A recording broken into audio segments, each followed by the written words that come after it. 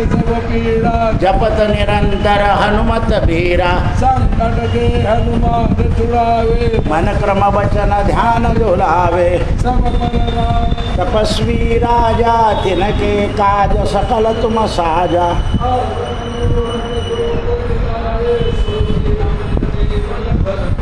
चारों युग प्रताप तुम्हारा है पर सिद्ध जगत उजियारा साधु संत के तुम रखवारे असुर निकंदन राम दुलारे। अष्ट सिद्धि नव विधि के दाता राम रसायन तुम्हारे पासा तुम्हारे भजन राम को पावे जन्म जन्म के दुख बिसरावे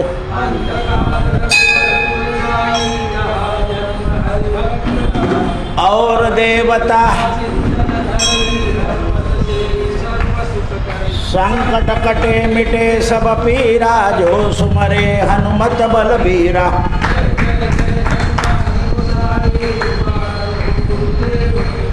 जो शत बार पाठ कर कोई छूटई बंदी महासुख होई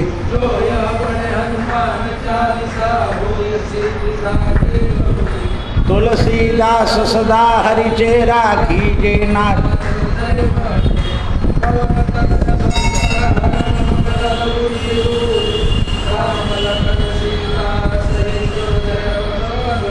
सियावर रामचंद्र की जय पवन सुत हनुमान की जय उमापति महादेव की जय बोलो भाई सब संतन की जय जय जय सीताराम नमो भगवते वासुदेवाय नमो भगवते वासुदेवाय नमो भगवते वासुदेवाय नमो भगवते वासुदेवाय नमो भगवते वासुदेवाय नमो भगवते वासुदेवाय नमो नमः। आज दुसरं सूत्र सांगत आहे. दुसऱ्या सूत्रामध्ये शांडिल्य म्हणतात सहा स्वामित्वम परमानुराग रूपा. मनुष्य देह मिळाला की मनुष्य देहाचा विचार करायचा आहे की हा देह मिळाल्यानंतर बाहेरच्या जगामध्ये दृष्टी ठेवू आणि त्याच्या आत जे आंतरिक जग आहे म्हणजे आत्म्याचं तो जीव बाहेरच्या जगामध्ये रमण होतो आणि परमात्म्यानं आपल्याला जन्म दिला आहे तो जन्म त्याला ओळखण्याकरता दिला आहे याचा विसर पडतो. म्हणून ते म्हणतात सहा परानुराग रक्तीश्वरा. शांडिल्य सूत्र सांगतं की परानुराग आपल्याला आपल्यामध्ये काय आहे हे पाहण्याची वृत्ती झाली पाहिजे. कारण शरीराचा विचार नाही करायचा. शरीरामध्ये काय आहे? हाडं आहे, मांस आहे आणि मनुष्याची अहम बुद्धी आहे. बस हाडं मांस रक्त आणि यामध्ये जी बुद्धी आहे ती बुद्धी अहम आहे आणि या अहम बुद्धीमुळे त्याला बाहेरचं जग पाहण्याचाच आनंद असतो. बरं जगाचा अनुभव आलेला असतो की जग एक कामापुरतं उपयोगाला येतं. आपल्याला तहान लागली म्हणजे आपण पाण्याकडे लक्ष जातं, भूक लागली म्हणजे अन्नाकडे लक्ष जातं, कष्ट करायचे द्रव्य मिळवण्याकडे कष्टाकडे लक्ष जातं. पण ते कायम तिथे राहत नाही. असं एक स्थान आहे की जिथे लक्ष कायम राहतं आणि ते म्हणजे परमात्मा. म्हणून ते म्हणतात स्वामित्वम परमानुराग रूपः. आपण हे शरीर जे आहे अन्न पाणी श्वास शब्द रस रूप गंध आणि स्पर्श यामध्ये मग्न होऊन जातं आणि यामध्ये मग्न झाल्यानंतर आपल्याला ज्याने पाठवलं आहे की जा भूमंडळाच्या ठिकाणी मनुष्य जन्म घे आणि तिथे माझी भक्ती करून मला प्राप्त करून घे. जसं आपल्याला एखादं काम सांगितलं असतं की मुंबईला जाऊन अमुक विषय आणायचा आहे, अमुक ठिकाणी ते ठिकाण आहे, मग आपण तिथं जातो, तिथून वस्तू घेतो आणि जळगावला येतो. त्याप्रमाणे वैकुंठामधून प्रत्येक जीवाला परमात्म्याची ओळख होण्याकरता या भूमंडळावर पाठवावं लागतं. आता या देहबुद्धीमुळे मनुष्याला अहंकार दुप्पट होत जातो दिवसेंदिवस. जसा जसा मोठा होतो त्याच्या हाताने कामं होतात. कोणाचं चांगलं, कोण कशी जिरवली त्याची, हा पण एक अहंकार आहे. कशी जिरवली, मग हा अहंकार वाढत जातो आणि अहंकारामुळे मनुष्य ईश्वराचा अनुभव विसरतो. आता पहा तुम्ही, दामाजी पंत नोकरी करत होते, गोरोबा काका व्यवसाय करत होते, तुकाराम महाराज, त्यांना हा संसार कुठेही आडवा आलेला नाही आहे. आपल्याला जे मिळालेलं आहे ते काम करत राहायचं, पण ते सत्यानं, सत्याच्या सहवासामध्ये कर्म होत गेलं की ईश्वराचा अनुभव लवकर येतो. आणि असतामध्ये जर आपण कर्म करत गेलो तर त्या असतामुळे आपली अहमबुद्धी जास्त होते. कसं त्याला गुपचूप केला म्हणजे कोणाला शांत केलं तरी आपल्याला अहंकार येऊन जातो. म्हणून सगळ्यामध्ये श्रेष्ठ मार्ग जो आहे तर अहमबुद्धी सुटली पाहिजे. बस सगळ्यात सोपा मार्ग आहे की मी या जगाचा काही करता आहे हे सोडून द्यायचं. परमात्मा करता आहे, तूची करता करविता, सर्व ठाई तुझी सत्ता. पहा तुम्ही, परमात्मा उत्पत्ती करतो, पालनही करतो आणि वेळ आली की संहारही करतो. पहा आता आपल्याला तळमळाला लावून दिला आहे, पाऊस येत नाही आहे, तळमळत आहे जीव, पशु पक्षी जीव जंतू. मग उत्पत्ती करणंही त्याचं काम आहे, पालन करणंही त्याचं काम आहे आणि संहार करणंही त्याचं काम आहे. म्हणून या देहामधून ही अहमबुद्धी सुटली. मग आता या देहामध्ये असलेली अहमबुद्धी ही सुटण्याकरता काय केलं पाहिजे, तर उपासना परमेश्वरानं निर्माण केलेली आहे. म्हणून ते म्हणतात सा परानुक्ती परमेश्वर. ती उपासना, पण उपासना करून बुद्धीचा अहंकार जाईल असं नाही. उपासनेला सत्याचा जोड पाहिजे. ज्या वेळेला धर्म आणि उपासना आणि सत्य ह्या तिन्ही क्रमाने चालतील, या तिन्ही क्रमाने चालतील तेव्हा ही अहमबुद्धी कमी होते. पहा, ज्या लोकांना ज्ञान आहे ना त्यांना ज्ञानाचा अहंकार असतो. मग तो अहंकार असल्यामुळे ते जगापासून राम राहतात. हे लोकांना काय समजतं, मला सगळं समजलेलं आहे. त्यामुळे जगातही स्थान नाही आणि परमात्म्याकडेही स्थान नाही. म्हणून ज्ञानामध्ये अहमबुद्धी जिरली पाहिजे. राजकारणात कितीक लोक मोठ्या पदावर गेले पण त्यांची अहंकारी बुद्धी झाली नाही. काम संपलं, विषय सोडून दिला. काम होतं तोपर्यंत सत्याने करत आहे. कोण काय करतं हे पाहायचं नाही, आपल्याला काय करायचं आहे एवढं पाहायचं. व्यापारामध्ये सुद्धा अनेक लोक सत्यानं व्यापार करत आहे, त्यांच्या पिढ्यानपिढ्या तो व्यापार चाललेला आहे. काहीच बदल झाला नाही, नुकसान झालं नाही, कारण ती अहमबुद्धी बाजूला गेली आणि धर्मबुद्धीने काम झालं. मग धर्मबुद्धीने जे काम होतं ते अभिमान सोडवतं. म्हणून देहबुद्धी सुटली की समाधीची गरजच नाही, ध्यान लावायची गरज नाही. देहबुद्धी सुटण्याकरता या देहाचा विसर पाडून अंतरात्म्यामध्ये जो आत्मा आहे त्याचं चिंतन करायचं आहे. मग आता त्याचं चिंतन करताना संसाराविषयी प्रेम आपोआप कमी होतं. अहमबुद्धी गेली की संसारामध्ये आपलं प्रेम कमी होत असतं. काही उणीव असेल त्याच्याबद्दल खेद राहत नाही. पाहू बा उद्या, उद्या काय होईल ते पाहू. अहमबुद्धी काय म्हणते, नाही उद्या असं झालं पाहिजे की लोकांनी तोंडात बोट घातलं पाहिजे.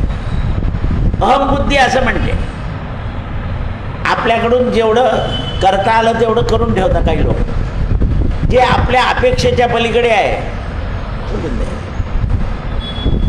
उद्या सगळे लोक जेवायला येणार आहे आणि आपल्याकडे तुपाला पैसे नाही, मग ते डालडा जाणून ठेवून काम भागून घेतलं पाहिजे.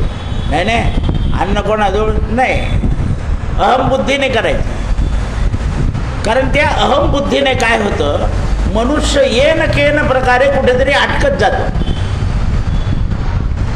म्हणून आपल्याला काय सांगितलं आहे, अंथरूण पाहून बस, सोपं वाक्य आहे.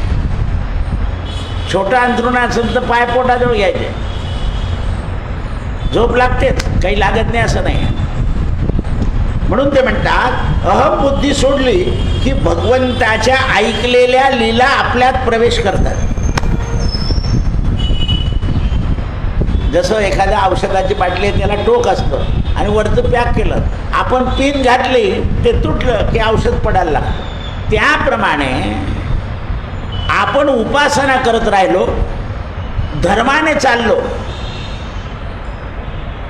की अहमबुद्धी चालली जाते आणि उपासना परमात्म्याकडे आपल्याला नेत असते.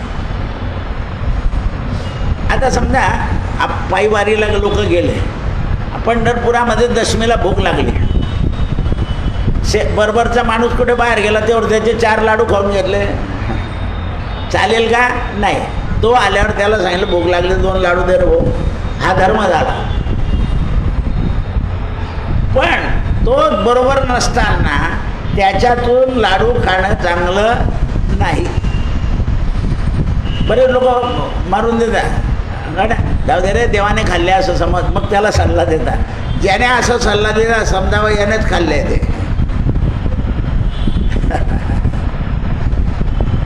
आपल्याला लागली आहे ना, मागून घ्यायचं. नाही आपल्याजवळ मागायला काय हरकत आहे. धर्मबुद्धी मागायला लावते आणि तुला उपाशी यायचं देव बरोबर त्याला बुद्धी दिली की दे रे याला.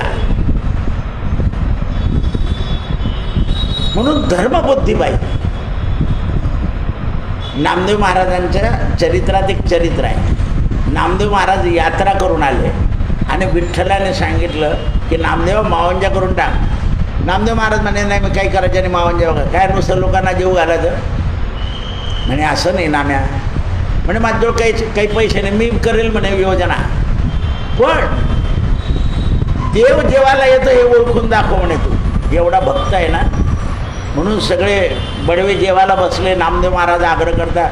तेवढ्या वेळात देवाने एक ब्राह्मणाचं रूप धारण केलं, अंगावर काही नाही आहे, जानवं मळकं. हो नामदेव महाराज मला भुकले, जा रे म्हणे तिकडे, काय मागतोय, अजून बडवे जेवायचे. अहो मी पण ब्राह्मण आहे म्हणे. देव केविल वाणी करताय आणि शेवटी ते ब्राह्मणांचा अर्थ नाम्या इकडे ओळखलं का मला? हां अरे मी आहे ना. मग पांडुरंगाने रूप धारण केलं. मग नामदेव महाराजांनी पाहिलं, बघ मला ओळखणं मोठं कठीण आहे, तू करतोय त्याच्यामध्ये तुझा अहंकार झाला. थोडंसं प्रसाद आणून दिला असतं मला, नको मध्ये बसू देऊ, काय हरकत होती तुला, पण झाली का तुझी धर्मबुद्धी? म्हणजे केव्हा केव्हा मनुष्य करतो सगळं, पण करताना आता बघ आपल्या घरी काही देवाचं असलं काही असलं, कोणी त्याला 2 रुपये देऊन दे रे हो, घरातून काही द्यायचं ना, 2 रुपये देऊन दे. नाही तर दुसऱ्याला सांगितलं तू त्याला देऊन दे, मी तुला नंतर देऊन टाक. का? धर्मबुद्धी आहे. धर्मबुद्धीने माणसाचा अहंकार दूर होतो आणि अहंकार दूर झाला. आता संसारामध्ये तऱ्हेतऱ्हेचे लोक आहेत, पण साधारणतः 2 प्रकार आहेत लोकांमध्ये. एक धर्मबलानं आणि उपासनेनं जगतात आणि एक दुसऱ्या आपल्या बळावर जगतात. असे 2 प्रकारचे लोक जगात असतात. एक सगळं देव करतो, देवाच्या कृपेने झालं, अमुक झालं असं म्हणतात. काही लोक म्हणतात देव काय करतो, देव का टाकून जाणार आहे. म्हणजे काही लोक देवाच्या बलाने जगतात आणि काही लोक स्वबलाने जगतात. या जगामध्ये बल आहेच, बल असतं.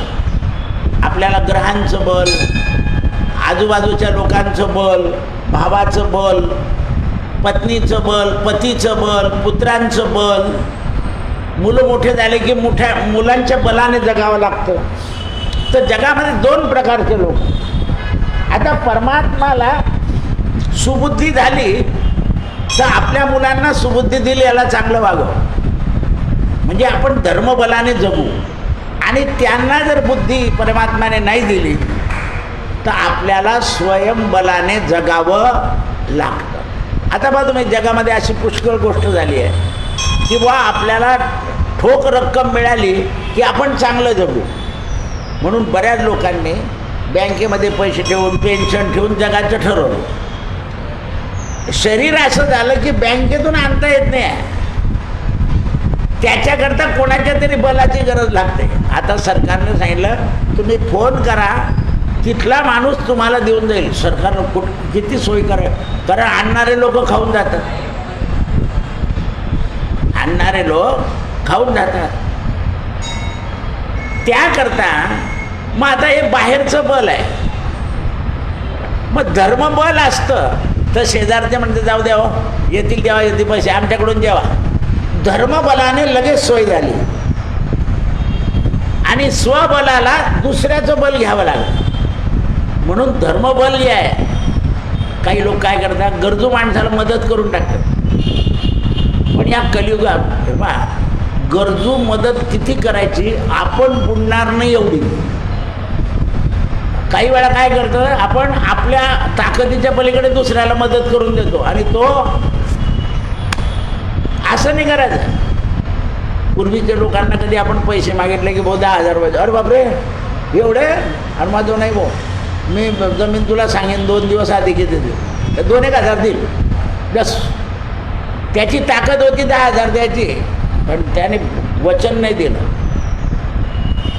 आणि मग घेतले 10,000. अरे माझ्याजवळ 3,000 होते, त्याच्याकडून आणले नाही, घे तुझं काम बघून. म्हणजे त्याला सांगितलं की त्याच्याकडून आणले. खोटं बोललाय तो. कारण व्यवहार हा नुसत्या धर्मावर अवलंबून राहत नाही, सत्यावर अवलंबून. बरेच लोक मदत करून पश्चात्तापात पडतात. काय पडतात, भावाला करणार नाही दुसऱ्याला करतात आणि दुसरा तेल लावून देतो. म्हणून तिथे सांगितलं आहे की काय मदत करायची, तर अन्नाची जीवाची मदत करायची कोणाला आहे, बाकीची दुसऱ्याची कबलायची नाही. म्हणून ते म्हणतात आपलं बल कोणाचा तरी सहारा घ्यावा लागतो, पण देवाच्या बलाला कोणाचा सहारा नाही. धर्म असा आहे. म्हणून आपल्याकडे सांगितलं आहे, कोणी अतिथी आला तर त्याला जेवायला द्यायचं. अन्न, वारा, निवारा. पूर्वी खेड्यागावामध्ये शिक्षकांना घर फुकट देत होते, भाडं घेत नव्हते शिक्षकाकडून. नाही वा, विद्यार्थ्यांना शिकवणार आहे. आता लोकांनी फुकट दिलं तर सोडायलाच तयार नाही. मग भाडं घ्यावं लागलं. मग भाडं घेतल्यावर मी सोडत नाही. मग आता 11 महिन्याचा करार करावा लागला आणि 12 महिन्याला सामान फेकून देईल.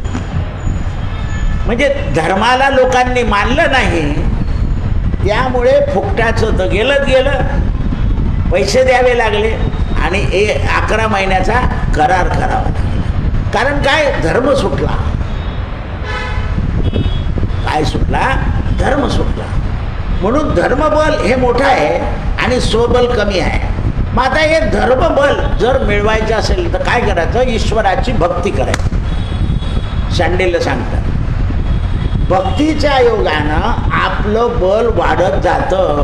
म्हणून लग्न लावताना गुरुजी शेवटचं एक मंगलाष्टक म्हणतो, तदेव लग्नं सुदिनं तदेव ताराबलं चंद्रबलं तदेव विद्याबलं दैवबलं तदेव लक्ष्मीपते ते गृहसा स्मरामी. म्हणून लग्नाच्या दिवशी 2रा चंद्रमा पाहिजे, 5वा चंद्रमा पाहिजे, 7वा चंद्रमा पाहिजे, 9वा चंद्रमा पाहिजे आणि 11वा चंद्रमा पाहिजे. हे 5 ठिकाणी असलेले चंद्र लग्नामध्ये विघ्न येऊ देत नाही. ताराबलम, जसं चंद्र आहे तसं ताराबल आहे. कृष्ण पक्षामध्ये ताराबल पाहावं लागतं आणि शुक्ल पक्षामध्ये चंद्रबल पाहावं लागतं. मग ताराबल आहे म्हणून जे बल पाहिजेच. आता लग्नामध्ये लक्ष्मीचं बल आहे, पैशाचंच बल आहे. देवाचं बल काही उपयोगाला येत नाही तुम्हाला. तर लक्ष्मी, मग ही लक्ष्मी आली कशाने आहे, कोणत्या मार्गाने आली आहे, त्याच्यावरती ना कैक लोकांच्या घरचं गर्दी होऊन सुद्धा अन्न उरतं. पहा तुम्ही, असा अनुभव आहे. म्हणजे 1000 लोकांचं केलं तर 1200 लोक जेवतात आणि अन्न उरतं. कैक लोकांच्या घरी 1000 लोकांचं केलं आहे, 700 लोक जेवले आणि अन्न फुटलं. कुठून जायचं असे कैक अनुभव आहे. आणि कैक लोकांच्या घरी लोक जेवलेच नाही, अन्न फेकून द्यावं लागलं, वाया गेलं. कारण अधर्म आहे. लोकांना काय लागतं खायला, भाजी तिखट करून द्या असं आहे. मग धर्मबल असतं म्हणून आपण काय करतो, लग्नाच्या दिवशी एक दिवा करतो आणि अन्नपूर्णेची आरती करतो की आईसाहेब सगळ्यांना पुरू द्या. हे काय धर्मबल झालं. काय घाबरतो रे, आणून टाकून देऊ ना, स्वबल आहे. तांदूळ आणले तर गॅस गेला, गॅस आला तर पाणी संपलं, झालं. तर धर्मबल जे आहे ते फार मोठं आहे. धर्मबलाने, मग धर्मबल कायम आपल्याशी राहावं याकरता सत्याचे व्यवहार आणि उपासना. आपण ज्या देवतेची उपासना करतो ती देवता आपलं धर्मबल टिकवते. तदेव लग्नं सुदिनं तदेव ताराबलं चंद्रबलं तदेव विद्याबलं दैवबलं तदेव लक्ष्मीपते ते गृहसा स्मरामी. सगळ्यामध्ये भगवंताच्या नामाचं बल सगळ्यात श्रेष्ठ आहे. बल श्रेष्ठ आहे. मग भगवंताचं बल येण्याकरता आपण काय करतो, तर देवघरामध्ये लग्न होईपर्यंत दिवा चालू ठेवतो. बस. पूर्वी घराला कुलूप लावत नव्हते. एक माणूस घरी राहायचा. म्हातारे लोक म्हणजे दारे तुम्ही आम्ही पाणी बिणी भरून ठेवू आल्यावर. आता म्हाताऱ्या आधी गाडीत जाऊन बसतात. शेवटचं लग्न आहे म्हणजे काय पाहायचं नाही. त्या ट्रॅक्टरवर चढवलं जात नाही आज इकडून तरी फोकत फोकत बसतेच ती गाडी. असा समाज झाला आहे. सगळेच चालले जातात. जायला नाही सांगितलं आहे. घरात कोणीतरी राहिलं पाहिजे. घराला बंद करायचं नाही. नवरात्रात नाही, लग्नात नाही. ज्या ज्या वेळा देव असतो त्यावेळा बंद नाही करू. म्हणून तदेव लग्नं सुदिनं तदेव ताराबलं चंद्रबलं तदेव विद्याबलं दैवबलं तदेव लक्ष्मीपते ते गृहसा स्मरामी. या संसाराची प्रीती वाढत जाते आणि मनुष्याला विषय गोड होत जातात आणि भक्ती होत नाही. मग आता एक लोक आले ना मला म्हणे, दादा आता नित्यनेम असं होत नाही आहे. आता म्हटलं व्याधी झाली आहे शरीराला, तर तोंडाने मात्र नामस्मरण करत राहा. बस. तोंड चांगलं आहे ना म्हणे, हा. मग ते माठाची पूजा होत नाही, देवाची पूजा होत नाही, नको दे. नामस्मरण करत राहा. संधिवात आहे, अंग आखडून जातं सकाळच्या वेळा. हळूहळू ते मोकळं होतं, त्यामुळे नाही होत. तर नामस्मरण करायला सांगितलं. आज सकाळचीच गोष्ट आहे. नामस्मरण चालू ठेव. देवाची कृपा झाली तर नामस्मरणानं व्याधीसुद्धा कमी होऊन जाईल. काय करता नोहे महाराज. परमात्मा काय करणार नाही याचा विचार नाही करणार. असाध्य रोग बरा होऊन जातो आणि साध्या रोगाने मनुष्य रवाना होऊन जातो. असाध्य जो साध्य नाही असा सुद्धा. आपण आता पाहतोय कॅन्सरची ट्रीटमेंट घेतलेल्या लोकांना 10-12 वर्ष झाले तरी चांगले आहे. आणि परवा म्हणे नुसतंच खोकला आला नारायण झाला. देवाच्या कृपाने असाध्य सुद्धा साध्य होतं आणि कृपा नसली तर साध्य सुद्धा असाध्य होतं. म्हणून महात्मा लोक सांगतात भक्ती करा. मग आता भक्ती काय आहे, तर भगवंताचं प्रेम हे भक्ती आहे. भगवंताच्या प्रेमाला भगवंताच्या नामाची जोड द्यायची फक्त, बस. देवाच्या नावाची. देवऋषी नारद असं म्हणतात, सहा स्वामित्वम परमं प्रेम रूपा. सुखरूप परमात्म्याला प्रेमाची गरज आहे, म्हणून प्रेमाचं नावच भक्ती आहे. महर्षी अंगिरस असं सांगतात, सहात्वाम परमम अनुरूपहा, भगवान परम अनुराग आहे म्हणून त्यांना बघ. आणि शांडिल्य असं म्हणतात, सहा परानुरागतात ईश्वर हा. एक एक शब्द लक्षात घेण्यासारखा आहे. ईश्वरे परानुक्ती, ईश्वराची अनुक्ती म्हणजे पराभक्ती आहे. जीवनामध्ये कोणत्या न कोणत्या प्रकारे भक्ती येऊ शकते. बालवयात पूर्वपुण्याने येते, तरुणपणात स्त्रीच्या मदतीने येते. काही स्त्रिया माणसाला बरोबर करायला लावतात, एवढं फुल वाहून द्या, एखाद दिवशी म्हणता नुसती उदबत्ती लावून द्या, एखाद दिवशी म्हणता प्रसाद घेऊन घ्या. असा मार्ग लावून लावून, भक्तीचा मार्ग लावून, मग ते माणसं सांगता ना, मला परमार्थाची काही सवय नाही, ती हिच्यामुळे लागली. आणि वृद्धाप काळामध्ये जी लागते की काही कुठे कोणीच थाराच नसतो, मग बरं आहे आपलं मंदिर जाऊन बसावा, चाललं आहे असं आहे ते. वृद्धाप काळात ज्यांना ज्यांना भक्ती लागली त्यांना काही हे नाही आहे बस. म्हणून ते म्हणतात, मग अशा वृद्धाप काळात भक्ती लागल्यानंतर जीर्ण झालेलं विषयानं असलेलं शरीर मदत करत नाही. करायला बसले की काही न काही शरीरात उपद्व्याप येतं, थकवा येऊन जातो, झोप येऊन जाते, जांभोळ्या येऊन जातात. पण त्या शरीराचं पुण्य असतं म्हणून त्याच्याकडून अर्ध का वैना होतं, पूर्ण नाही होत, अर्ध होतं. मग असं प्रयत्न केला पाहिजे. आणि त्यावेळेस माणसाला अनुभव येतो. जसं शहराच्या बाजारामध्ये आणि खेड्याच्या बाजारात फरक असतो, भावात फरक असतो, वस्तूमध्ये फरक असतो, झकपकमध्ये फरक असतो. बाजारामध्ये फरक आहे, पण वस्तू चांगली ताजीतवानी किंवा भारी. आता खेड्यामध्ये जर भारी वस्तू विकलीच जाणार नाही तर व्यापारी नेऊन कशा करतात, आणि नेऊन काय करेल तो. मग खेड्याचा बाजार जसा आहे आणि शहराचा बाजार आहे, तसा या परमार्थामध्ये सुद्धा स्वबुद्धीने आलेला परमार्थ आणि पाहून केलेला परमार्थ. पाहून केलेला परमार्थ म्हणजे शहरी बाजार, पॉलिश केलेली तुरीची डाळ, आणि खेड्यातली म्हणजे बिना पॉलिशची. पण बिना पॉलिशची तुरीची डाळ त्रास देत नाही, पॉलिशची तुरी डाळ दिसते ती चकचक चकचक दिसते. तुम्ही पॉलिश केलेली मुगाची डाळ अशी गरम करा, असा वास येतो, पुन्हा तिला धुवावी लागते आणि नंतरच ती तिखटा मिठाने चव देते. तिखटा मिठाने चव देते, तिला चव नाही आहे,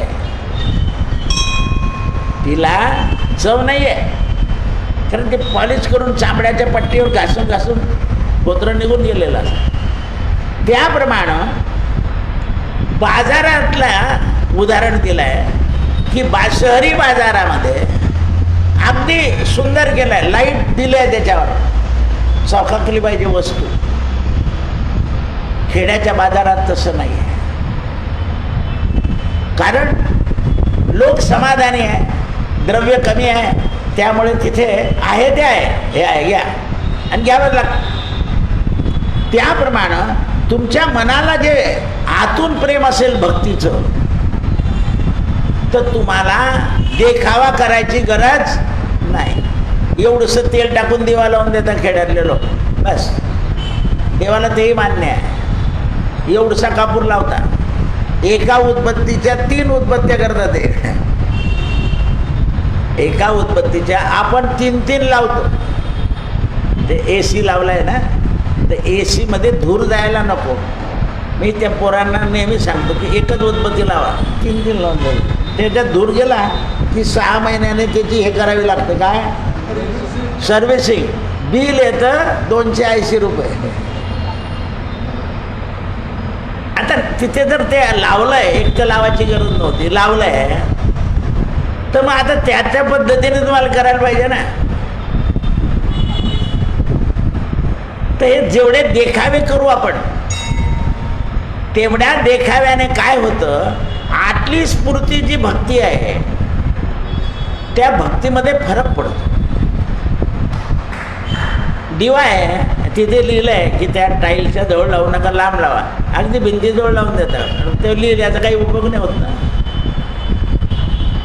कारण कुठलीही वस्तू, दिवा लावला त्याला तिथेच पुसून द्यायचे हात भिंतीला, कागद घ्यायचा कागदाने हात पुसायचे. ही जी भक्ती आहे की आपण खराब करताना जाता जाता तेलाचे हात मंदिराला असं लावत जायचं म्हणजे भिंत खराब होते, ही भक्ती नाही आहे. आपण तिथे असलेल्या वास्तूला उपद्रव करतो. जिथे नारळ फोडायला सांगितलं तिथेच फोडायचं.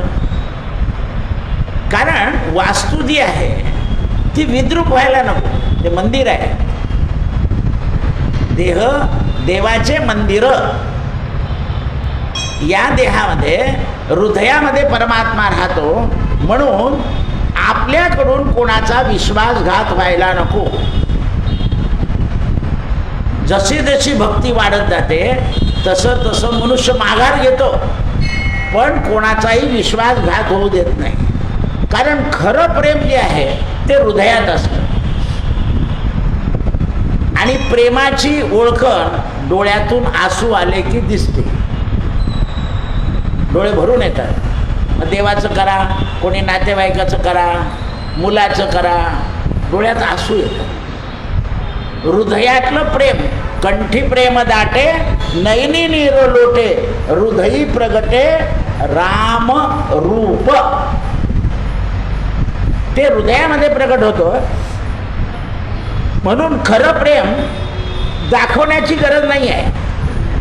ते प्रसंग आलं की दिसतं. जसा ईश्वर सृष्टी बनवतो, सृष्टी वाढवतो आणि सृष्टीचा संहार करतो, तसं जगामध्ये आपल्याला प्रेमाचे लोक भेटतात. कालानुसार प्रेमाच्या लोकांची वाढ होते आणि काळ आला की प्रेमाचे लोक कमी होत जातात. कोणाकोणाला प्रेमाचं कोणी उरत नाही. शेवटी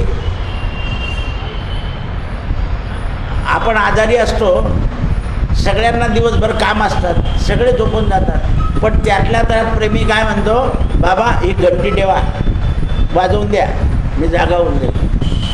घंटी ठेवून देतात. जाऊ दे रे, मला लागलं तर मी नाही नाही घंटी ठेवा, कारण झोप लागून जाते. म्हणजे तो तिथे घंटी ठेवून मग तिकडे झोपतो. कारण एखाद्या वेळा गाढ झोप लागली तर माणसाला जाग येत नाही, म्हणून नाद करायला लावला. फोन करा, पण माणसाला थंडी वाजल्यावर फोन तर जमला पाहिजे. घंटी कशी ताबडतोब नाद होत. हे लक्षात आलं पाहिजे. तो प्रेमी आहे. मग अशा प्रेमी पुत्रांमध्ये सुद्धा आपल्याला भीती आहे. काय भीती आहे? तर मरता मरता त्याच्यात प्रेम जर ठेवलं तर पुन्हा त्याच्या पोटी जन्म घ्यावा लागेल. म्हणून प्रेम ठेवायचं देवावर की माझ्याजवळ देव आहे. हरितया सांभाळी अंतर्बाह्य. हरी त्याला दूध आलं का पातेलं ठेवलं भेटत तिथे. हरितया सांभाळी अंतर्बाह्य म्हणजे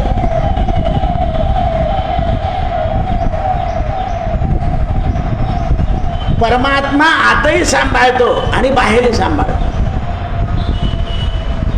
पहा तुम्ही, बरोबर परमेश्वराची कृपा असेल ना, आपल्याला त्रास होण्यापूर्वी कोणीतरी उठतं, काय बाबा काय पाहिजे, आई काय पाहिजे, बरोबर येऊन जात. त्याचं कारण आहे परमात्मा. म्हणून त्या पुत्रावर प्रेम न करता हरीवर प्रेम करायला सांगतात की तो मला सांभाळेल. आपल्यापेक्षा परमात्मा जागृत आहे आणि व्याप्त आहे, सगळ्या ठिकाणी आहे. हरी कोठे नाही, जळी स्थळी काष्टी पाषाणी सगळ्या ठिकाणी आहे. म्हणून आपल्याला प्रेम नित्पन्न झालं पाहिजे आणि ईश्वराच्या महिमेचं ज्ञान झालं पाहिजे. मग ईश्वराचं स्वरूप कसं आहे तर सर्व व्यापक आहे आणि अपरिच्छिन्न आहे. योगी लोक ईश्वराचं ध्यान करतात, पण भक्त लोक पुरुषानाम अपि गुरु कालयेच्छाये सूत्र सांगतं की ईश्वर अनादि अनंत आहे, अजर आहे, अमर आहे, आणि म्हणून ईश्वर नाही असं ठिकाण नाही. एका गुरुनं आपल्या 2 शिष्यांना असं सांगितलं की जिथे कोणी नाही तिथे ही वस्तू टाकून या. एक शिष्य गेला, आजूबाजूला माणूस दिसत नाही म्हणून टाकून. एक आला फिरून, वस्तू परत आणली. का रे तू टाकली नाही? म्हणे महाराज जिथे गेलं तिथे जर ईश्वर आहे तर नाही कोणी अशा ठिकाणी कसं टाकू? जा म्हणे, तुला ब्रह्मज्ञान प्राप्त झालं. कारण परमात्मा अंतर्बाह्य आहे. ही जी अनुभूती येते, मग चुकीचं काम होईलच कसं? मग जर परमात्मा सगळ्याच्या ठिकाणी आहे तर आपण चुकीचं काम करताना परमात्मा पाहतोय, मग चुकीचं काम कसं करा? म्हणून भक्त लोक भित्रे होतात.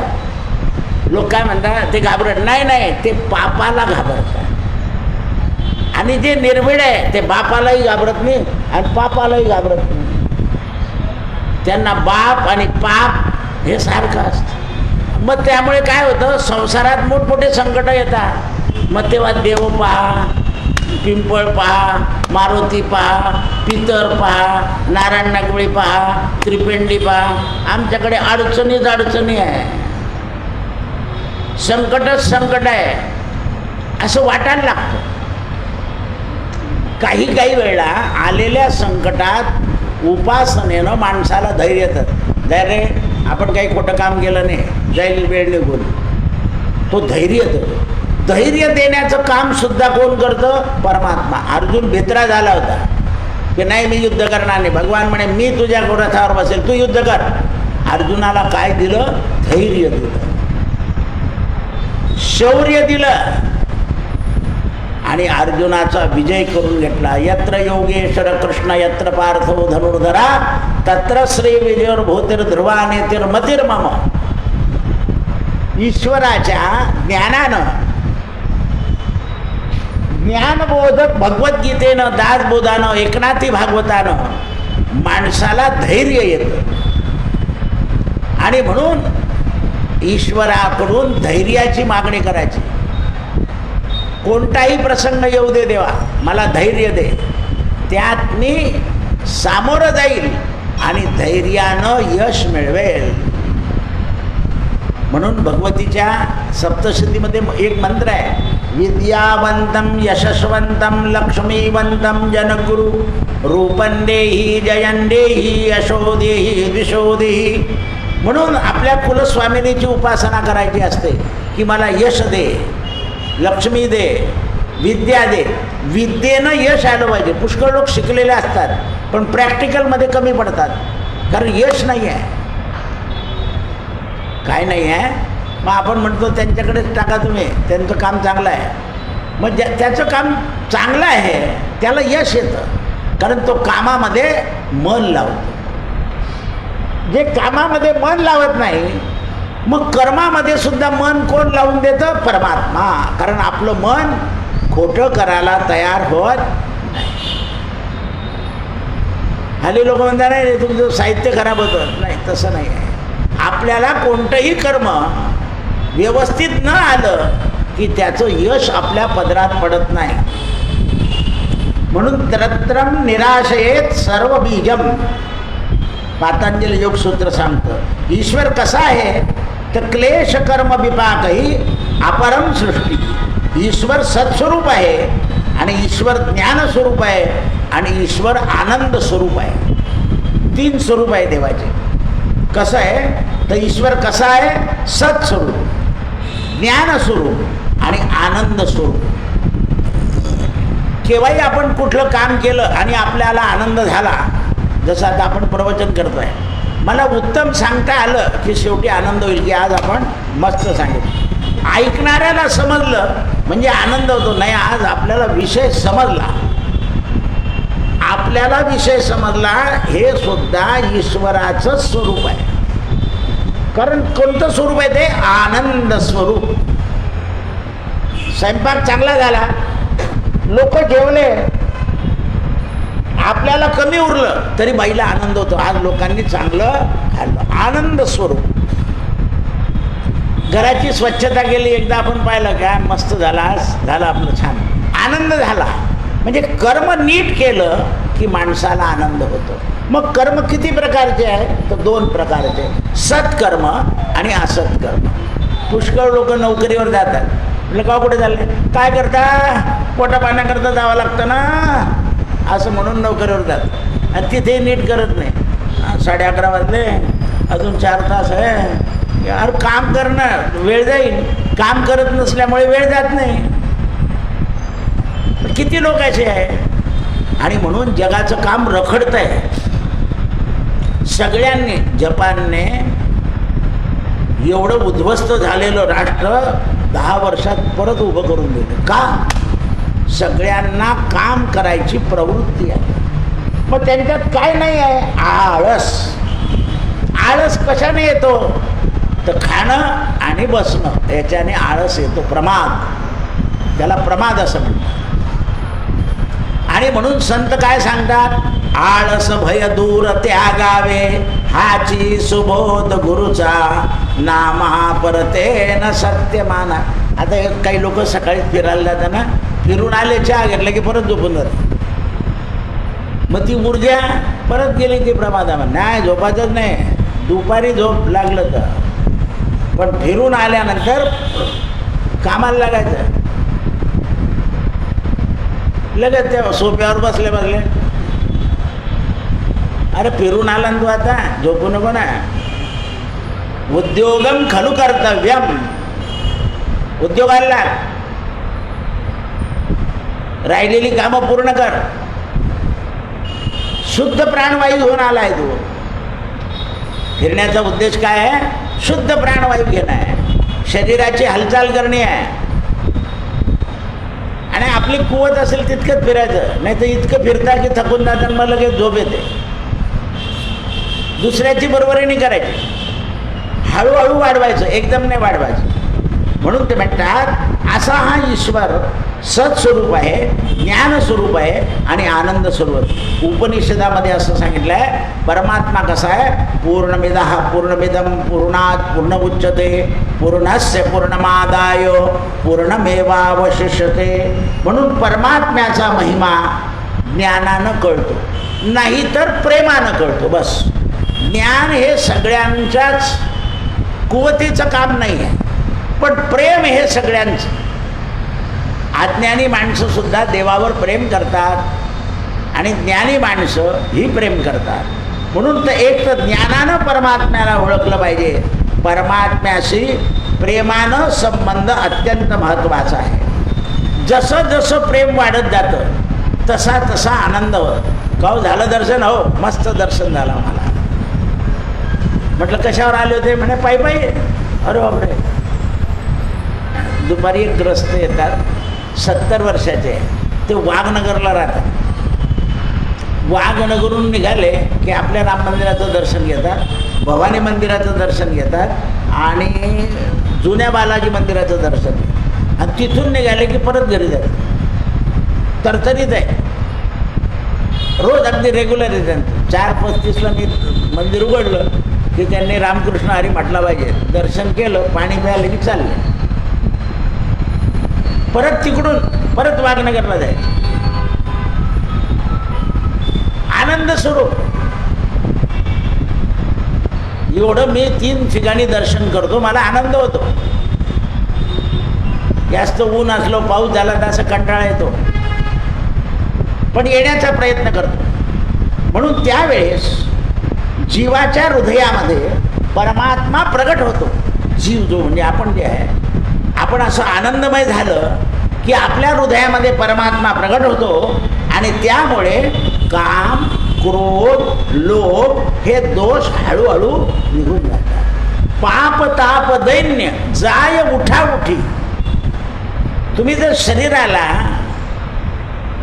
नुसतंच बसवलं तर हे काम, क्रोध वाढत जातात. म्हणून हे काम, क्रोध कमी करण्याकरता, मोह करण्याकरता, दोष मिटवण्याकरता, दुर्गुण मिटवण्याकरता जीवनाला उपासना दिली पाहिजे आणि उपासनेचा महिमा लक्षात ठेवला पाहिजे. तुमची उपासना वाढत गेली की तुम्हाला कोणाचा रागच येणार नाही. तो काही बोलला तर जाऊ दे रे, काय करायचं, राग येणार नाही. आणि त्याला परानुक्ती असं म्हटलं आहे, म्हणजे रागच येत नाही. मग काय होतं, ते ईश्वराचं प्रेम वाढत जातं. आणि प्रेम केवळ बोलण्याचं काम नाही, प्रेमानं मनुष्य आदर देतो. आपल्याकडे गळा भेट आहे आणि परकीय लोकांच्या याच्यामध्ये हस्त आंदोलन आहे. आपण बरोबरीचे असले की गळा भेट होतो, मोठे असेल तर नमस्कार करतो. आपण काय केलं आहे, परकीय संस्कृती आचरायला सुरुवात केली. त्यामुळे आपल्याला आपल्या संस्कृतीचा विसर पडला. आपण दिवे विझवत नाही, दिवे लावतो वाढदिवसाच्या दिवशी. परकीय संस्कृती विझवते. तो संस्कृतीचा विचार केला पाहिजे. प्रेम केवळ बरोबर राहून येतं असं नाही, सत्यानं ईश्वराचं प्रेम वाढत आहे. परमात्मा आपल्या हृदयामध्ये आहे. संसारामध्ये जे प्रेम आहे ते कमी होत जातं. आपल्या शरीरावरचं सुद्धा आपण लहानपणी आपल्याला आई सजवते, नंतर आपण आपलं सजतो. नंतर म्हणतो तयार आता काय करायचं आहे, जाऊ दे, अशी केस करून घेतो चालला तो रस्त्याने, त्याला काही वाटत नाही. पण असे काही श्रीमंत लोक आहे की त्यांच्याजवळ अपार पैसा आहे, पण अजूनही ते केस काळे करत नाही. अनेक असा साधा मनुष्य आहे, तो आठवड्यातून 2दा करतो काळे केस. त्याचं कारण आहे ना, त्या देहावर प्रेम आहे. कालांतराने ज्ञानी लोकांचं देहावरही प्रेम कमी होऊन जातं. आमट्या बिंगट्या मला काय करायचं, फेक तिकडे. काही लोक म्हणतात एखाद्या आमट्या, नाही नकोच, ते डोकं उठाण नकोच. कारण तो प्रेम कमी होऊन जातं वस्तूवरच. अन्नसुद्धा जे मिळालं ते वासना राहत नाही अन्नावर सुद्धा. ज्याची ईश्वराकडे प्रेमा भक्ती जाते त्याला अन्नामध्ये सुद्धा वासना राहत नाही. कारण वासनेचे बीज जळून जाय. तो काय करतो, भगवंताचं नामस्मरण करतो आणि त्या नामस्मरणानं त्याची ती वासनेचं बीज जे आहे ते जळालं की परत उगत नाही. म्हणून बी उन्हात वाळवावं लागतं, पण भाजलं आणि पेरलं तर उगवत नाही. तर वासनेचे बीज जळवणी जाय. मग ते वासनेचं बीज जळ, तव राम नामे उपजे आवडी. नाम घ्यायला तशी तशी आवडी निर्माण होते. मग शरीराची अवस्था कशी होते म्हणे, कंठी प्रेम दाटे, गळा भरून येतो आणि नयनी नीर लोटे, डोळ्यातून अश्रू वाहते. ही प्रेमा भक्तीची सांगितलेली आहे. संसारामध्ये तसं नाही आहे. आपण ज्याच्यावर प्रेम करतो त्याने एकदा नाही केलं का, आता तो पूर्वीचा नाही राहिला असं होऊन जातं. एखाद्या वेळा माणसाला नाही जमत, आपण तेवढ्या वेळाने करतो. म्हणून प्रेम सेवा हे दोन्ही वाटता येत नाही. आपण जी सेवा करतो ती दुसऱ्याला दिली तरी त्याला तशी करता येईल असं नाही. आणि प्रेम आपण ज्याच्यावर करतो, जो आपल्यावर करतो. मग जगामध्ये माणसाची शक्ती कमी आहे. केव्हा केव्हा तो शक्तिहीन झाला की आपल्यावर तसं प्रेम दाखवू शकत नाही. परमात्मा मात्र शक्तियुक्त आहे. म्हणून परमात्म्याचं प्रेम सदोदित सगळ्या जीवांवर सारखं असतं. आता बघा, जगन्नाथाचा रथ निघाला, उदयपूरला निघाला, जयपूरला निघाला, मध्य प्रदेशला निघाला, गुजरातमध्ये निघाला, आज आपल्या जळगावला निघाला. कारण जे कृष्ण भक्त आहे त्यांचं प्रेम आहे ते. रथ म्हणजे काय असतं, आपण वर्षभर देवाकडे जातो आणि वर्षातून देव आपल्या घरी येतो. आपण आरती देतो, आरती वाळतो आणि आरती घेऊन आपल्या घरात ठेवतो, म्हणजे देव घरात येतं. हे रथाचं प्रेम आहे. वर्षातून एकदा देवाने लोकांच्या घरी जाणं. मग ते घरी जाणं आहे कसं, आपल्याला फक्त रथावरती केळं पाहिजे असतं, प्रसाद पाहिजे, पण आरती नाही द्यायची. तुम्ही आरती दिली की त्याच्यात तो प्रसाद टाकून देतो. आपल्या घरात देव न्यायची आहे तर मग आरती न्यायची, ती आरती देवावर वळली की वाऱ्याने जरी विजले ते घरात गेल्यावर लावायचं, म्हणजे देव तेज रूपानं आपल्या घरात आले. याला रथ म्हणतात. आपल्याला फक्त केळं मारणे आणि केळं खाणे, रथाचं स्वरूप कळत नाही.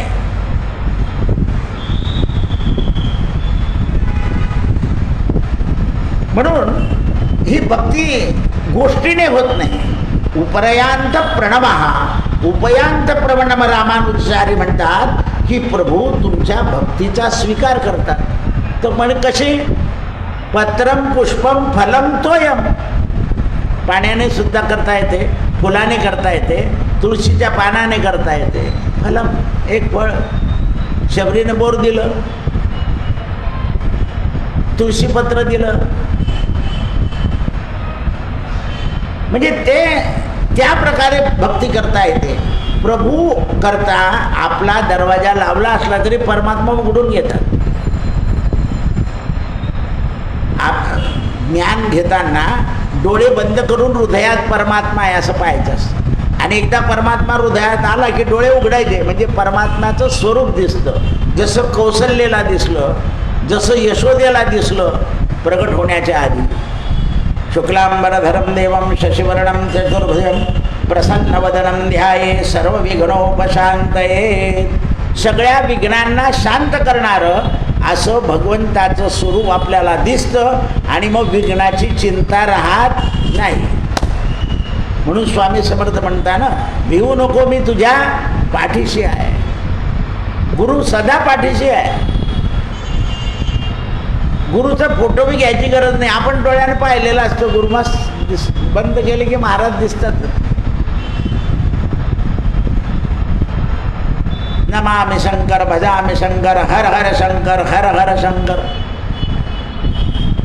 जिकडे जाल तिकडे आपले सद्गुरू आपण पाहिलेले आहे आणि त्यांचं प्रतिबिंब आपल्या डोळ्यामध्ये उमटलेलं आहे. कधीच नुसते डोळे लावल्याबरोबर रूप उभं राहतं. रूप पाहता लोचनी सुख झाले हो साजणे, तो हा विठ्ठल बरवा, तो हा माधव बरवा.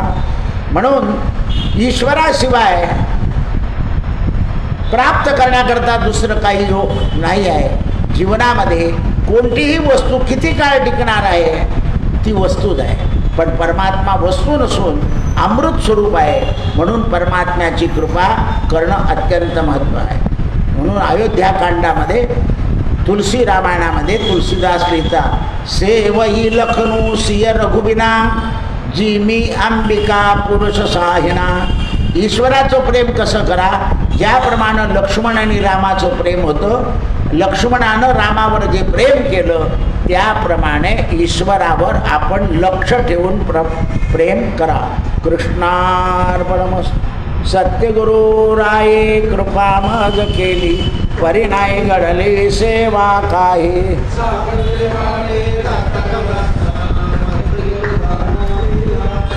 भोजना मागती तुपा पडला विसर स्वप्न